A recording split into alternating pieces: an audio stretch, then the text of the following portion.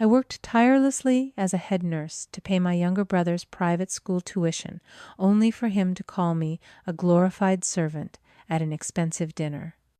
He was shocked when I immediately cut off his apartment rent and credit cards, but the real shock came when I revealed to the whole family that their so-called golden child had actually been suspended from school for 4 months for cheating. I didn't cry. I didn't scream. The other patrons in the expensive steakhouse were staring, expecting a scene. My mother, Susan, already had her hand half raised, ready to shush me, to tell me I was making a scene at Ryan's birthday dinner. My father, Michael, just stared intently at his plate. I looked at Ryan, my 22-year-old brother, the centerpiece of the table, a glorified servant. The words didn't even sting anymore. They were just data. It was the final entry in a financial ledger I had been keeping in my head for almost a decade. I calmly picked up my purse. I pulled out a fresh $100 bill and placed it neatly on the table next to my untouched steak. "That should cover my meal," I said, my voice perfectly level. "Jessica, stop being dramatic," my mother hissed, her embarrassment flaring. "She's right," I said, turning to my father, who refused to meet my gaze. "Ryan will figure it out. He always does." I turned and walked out of the restaurant. I didn't look back. The drive home was quiet. My hands were steady on the steering wheel of my 10-year-old sedan. The check engine light was still glowing, just as it had been for the last 6 months. I hadn't fixed it because Ryan needed a new laptop for his marketing classes. I didn't feel the hot rage I expected. I didn't feel sadness. I felt a strange, cold clarity. It was like a fever I'd been running for 10 years had finally broken. I got to my apartment at 10:15 p.m. I didn't even take off my scrubs, still smelling faintly of antiseptic from the ER. I dropped my keys in the bowl by the door, walked straight to my desk, and woke up my laptop. This anger wasn't loud. It was clinical. This wasn't revenge. It was accounting. First, I logged into my bank account. I navigated to the bill pay section. I found the scheduled automatic payment. Ryan's apartment, high-rise living, $2,200 to $100 a month. I clicked Cancel Future Payments. A small box popped up. "Are you sure?" I clicked Yes. Second, I logged into my credit card portal. I saw the list of cardholders: Jessica Primary, Ryan Supplementary. I clicked on his name and saw the recent activity: $300 at a designer clothing store, $150 at a downtown bar. I clicked the button labeled Deactivate Card. I confirmed. By 10:20 p.m., 2 of his major lifelines were gone.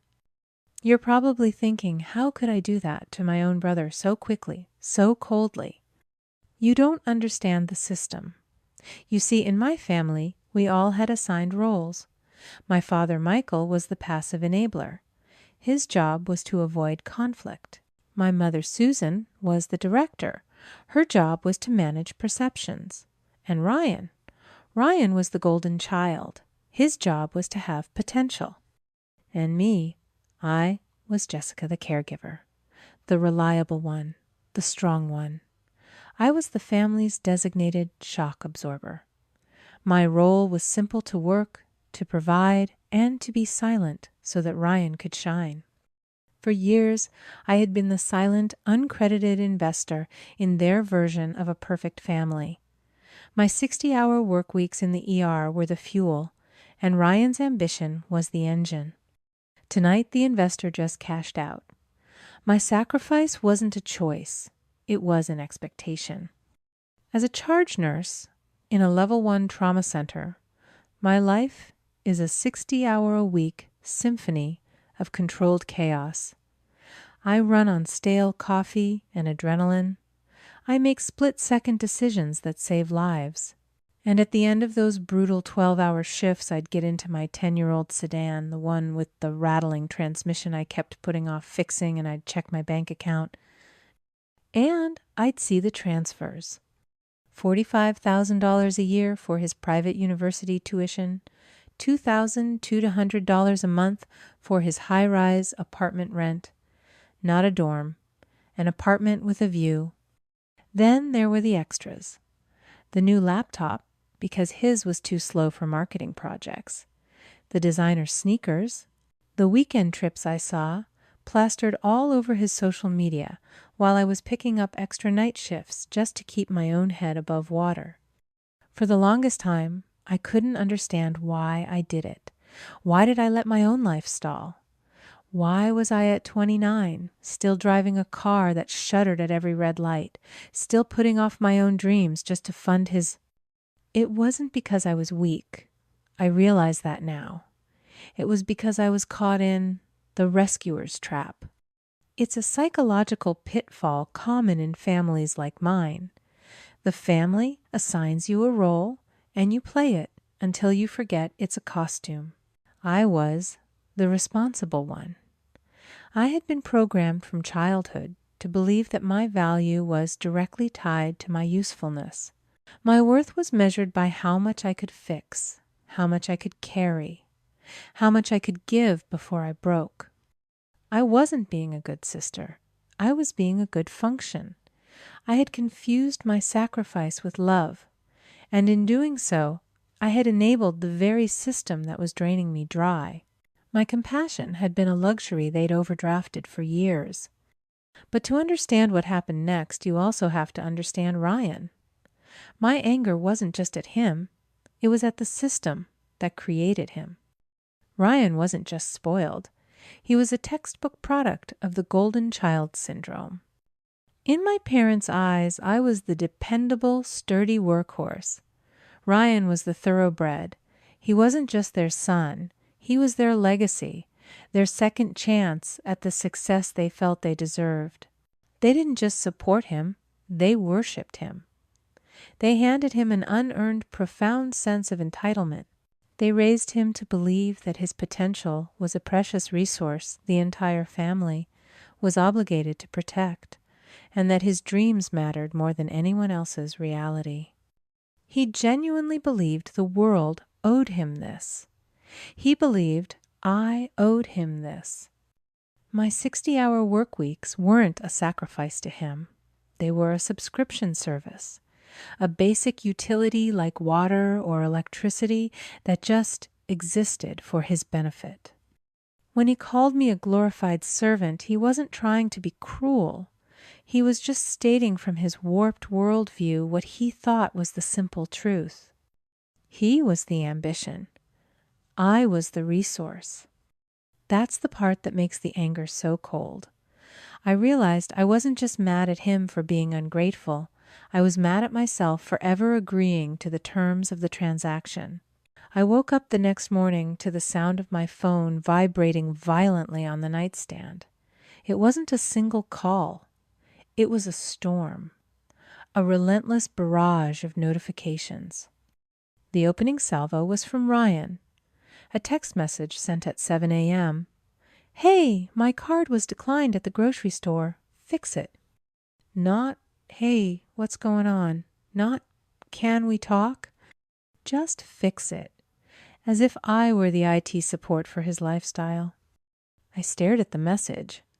The sheer, unadulterated entitlement of it. I didn't reply. I just put the phone down and went to make coffee. 10 minutes later, another buzz. "Jess, I'm serious. My rent payment bounced." "The landlord just called me." "This isn't funny. Call me back." I let the message hang in the air unanswered. Then, exactly as I predicted, the next phase of the assault began. A call from my mother, Susan. I let it go to voicemail. The message she left was a masterpiece of emotional manipulation. Her voice wasn't angry. It was dripping with a practiced, sorrowful disappointment. "Jessica, honey, I don't know what kind of game you think you're playing, but you need to stop this right now. Your brother is hysterical. You're ruining his future over a little disagreement." A little disagreement, that's what she called it. A glorified servant, she continued.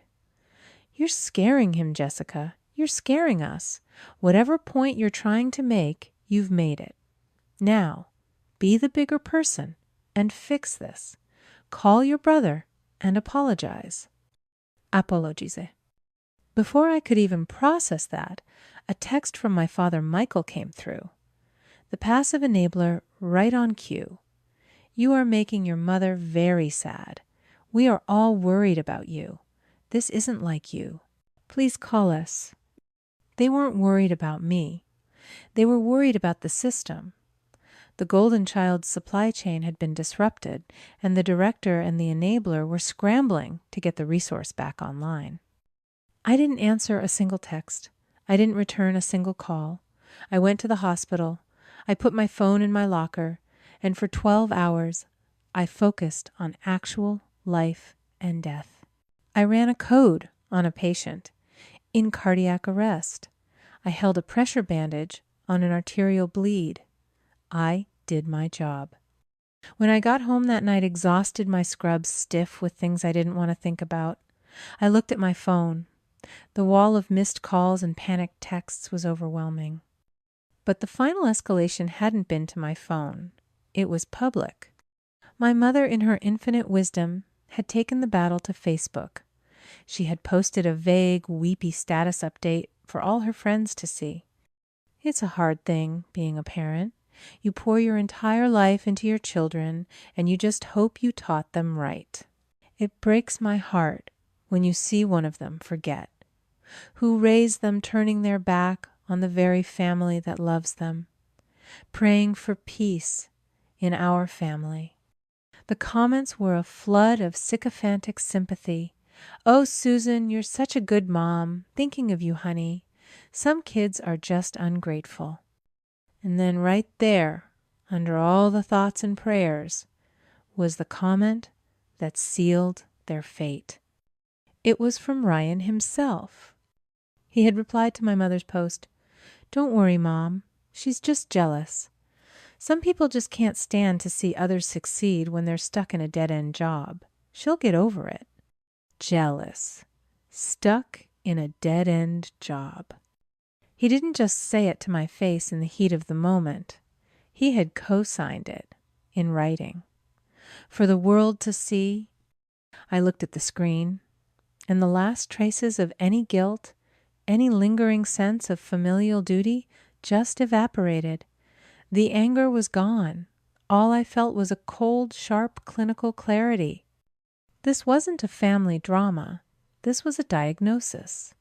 The Facebook post, that public declaration of my jealousy, changed something fundamental inside me.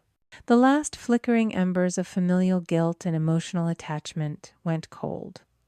It was no longer a messy family dispute. It was a problem to be solved. My actions so far had been reactive. Canceling the rent, deactivating the card, they were cutting the lines. Now it was time to be proactive. The next morning before my shift, I sat at my desk with a fresh cup of coffee. I wasn't emotional. I was methodical. I found the email I had sent to the private university's finance office 2 nights ago, the one stating I would no longer be the financial guarantor for Ryan's tuition. I picked up my phone and dialed their number. A pleasant woman answered. "Good morning, University Finance Office. This is Brenda." "Good morning, Brenda," I said, my voice calm, professional, the same tone I use in the ER. "My name is Jessica. I'm calling to confirm the receipt of an email I sent regarding the financial guarantee for a student, Ryan spelled R-Y-A-N." I heard her typing. "Ah, yes, Jessica. I see it right here. Notice of financial withdrawal. We received it. To be honest, we were a bit confused by it, given the circumstances." I frowned. What circumstances? There was a hesitant pause on the line. "Well, ma'am, it's just that we haven't received a payment from you for this semester's tuition." My blood went cold. I don't understand. The $45,000 was set to transfer unless he didn't enroll. "Oh, he's enrolled, ma'am," Brenda said, her voice dropping a little. "Or rather, he was. I assumed you knew. Are you aware of your brother's current academic status?" "His status?" I asked. "He's a junior in the marketing program." Another pause, this one longer. I could hear the hesitation, the sound of someone deciding whether or not to step over a line. "Ma'am," she said finally, "Ryan was placed on academic suspension 4 months ago." The words didn't compute. Suspension. Like for bad grades? "No, ma'am," she said, and I could hear her pull up a different file. It was an academic integrity violation. The disciplinary board found him guilty of cheating, plagiarism on a final, and it appears attempting to buy an essay. He was suspended for the entire academic year. He hasn't been cleared to attend classes since last semester. I just sat there gripping the phone. The room was silent. 4 months. He had been out of school for 4 months. But the tuition. I stammered, the cold clarity cracking for just a second. The $45,000. It was never debited. "No, ma'am," she said gently. "His account was flagged suspended, so the tuition request was never sent to your guarantor account. We assumed he had informed you." He never informed me. He had continued to live in his $2,000 to $1,200 a month apartment. He had continued to use my supplementary credit card for designer clothes and expensive dinners. He had continued to complain about his tough marketing classes. And just 2 nights ago, he had looked me in the eye and demanded $15,000 for a startup experience in Dubai. A trip that had nothing to do with a school he wasn't even attending. I was paying for a ghost. I was funding a lie. My sacrifice hadn't just been unappreciated. It had been the fuel for an elaborate 4-month-long fraud. All that sacrifice, all those 60-hour weeks, all that time spent worrying if my old car would break down on the highway. It wasn't for his future. It was for his vacation. "Jessica, ma'am, are you still there?" Brenda asked, her voice concerned. I took a deep, steadying breath.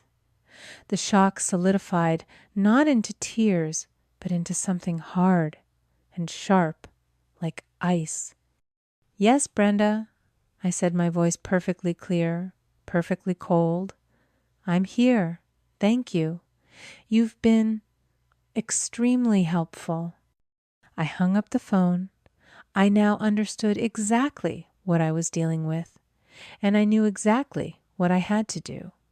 For 2 weeks, my phone was silent. The initial storm of panicked texts and guilt-tripping voicemails had died down, replaced by a heavy, suffocating silence. They were waiting. They were masters of the waiting game experts at using silence to make me feel the weight of my transgression.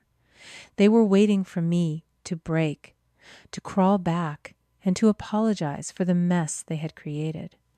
But this time I wasn't playing. I worked my shifts. I slept. For the first time in years, I started looking at listings for a new car. Then the inevitable happened.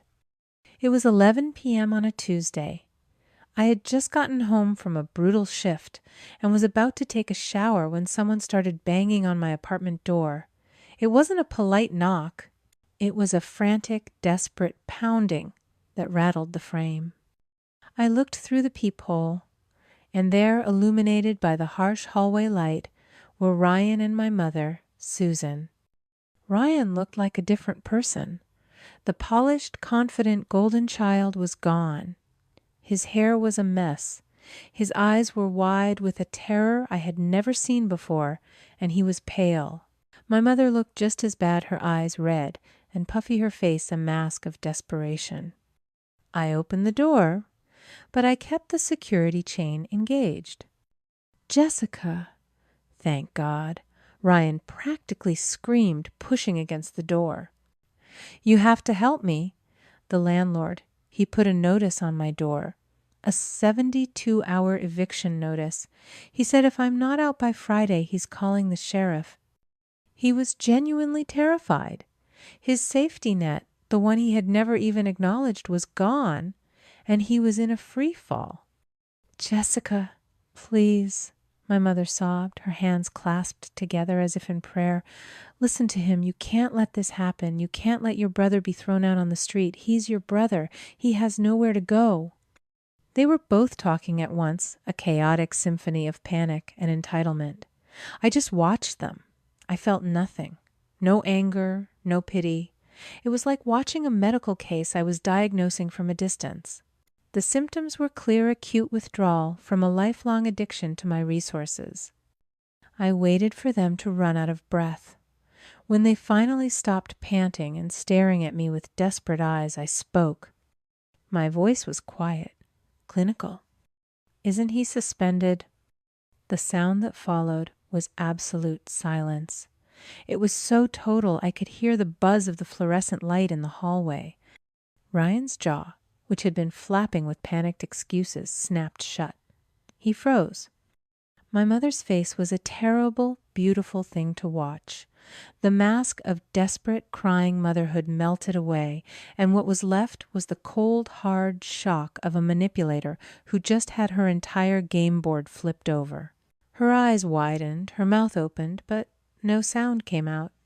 How did you... she finally stammered.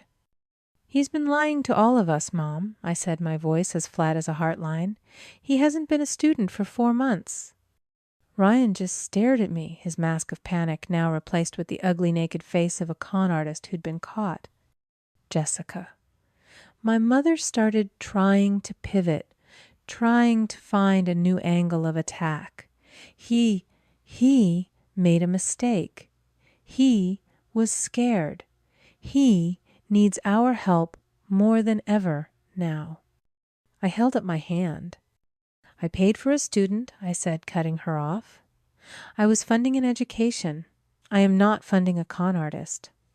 I looked directly at Ryan, at the golden child who had called me a glorified servant while he was committing fraud. You'll figure it out, I said. You always do. And with that, I unhooked the chain, closed the door, and slid the deadbolt into place. The pounding started again, but I just turned around and walked away. After I slid the deadbolt, the pounding on the door became frantic. There was screaming, crying, begging. I heard my mother call me a monster. I heard Ryan call me something much worse. I went into my bedroom, put in my earplugs, and went to sleep. The fallout was exactly what you'd expect. Ryan, having been evicted, had no choice but to move back in with my parents. The golden child dethroned was now sleeping in his childhood bedroom. But the system, even when broken, will fight to protect its favored one. My parents, in a desperate panic to fix the unfixable and restore their precious son, did the one thing they had always avoided. They took financial responsibility. They drained what little retirement savings they had. And when that wasn't enough, they took out high-interest credit cards to pay for Ryan's debts, and I assumed to continue funding his lifestyle. They had chosen their side. They had mortgaged their own future to protect his. I didn't hear from them for 3 months. Then one evening my phone rang. It was my father. His voice was thin-tired. Jessica, he said, no preamble. We're in trouble. Your mother, she's not handling the stress well. I waited, saying nothing. It's the credit cards, he finally admitted, his voice cracking. We took out some cards to help Ryan, just to get him back on his feet. But the interest, we're drowning, Jessica. They're going to sue us. How much, I asked.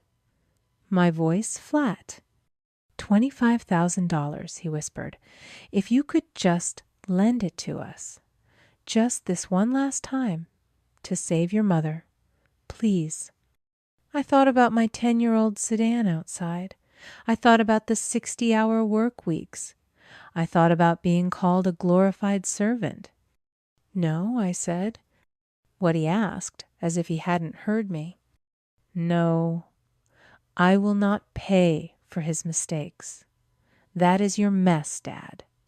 You chose to build that system. You chose to protect him. You can live with the consequences. I hung up the phone. That was 6 months ago. I haven't heard from them since. Last week, I finally did it. I drove my old rattling 10-year-old sedan to a dealership. The check engine light was still glowing faithfully. I traded it in for almost nothing. I walked out and bought a brand new car. Nothing flashy, just a safe, reliable car that was entirely 100% mine. As I was driving home, the smell of the new interior filling my lungs, I realized I felt quiet.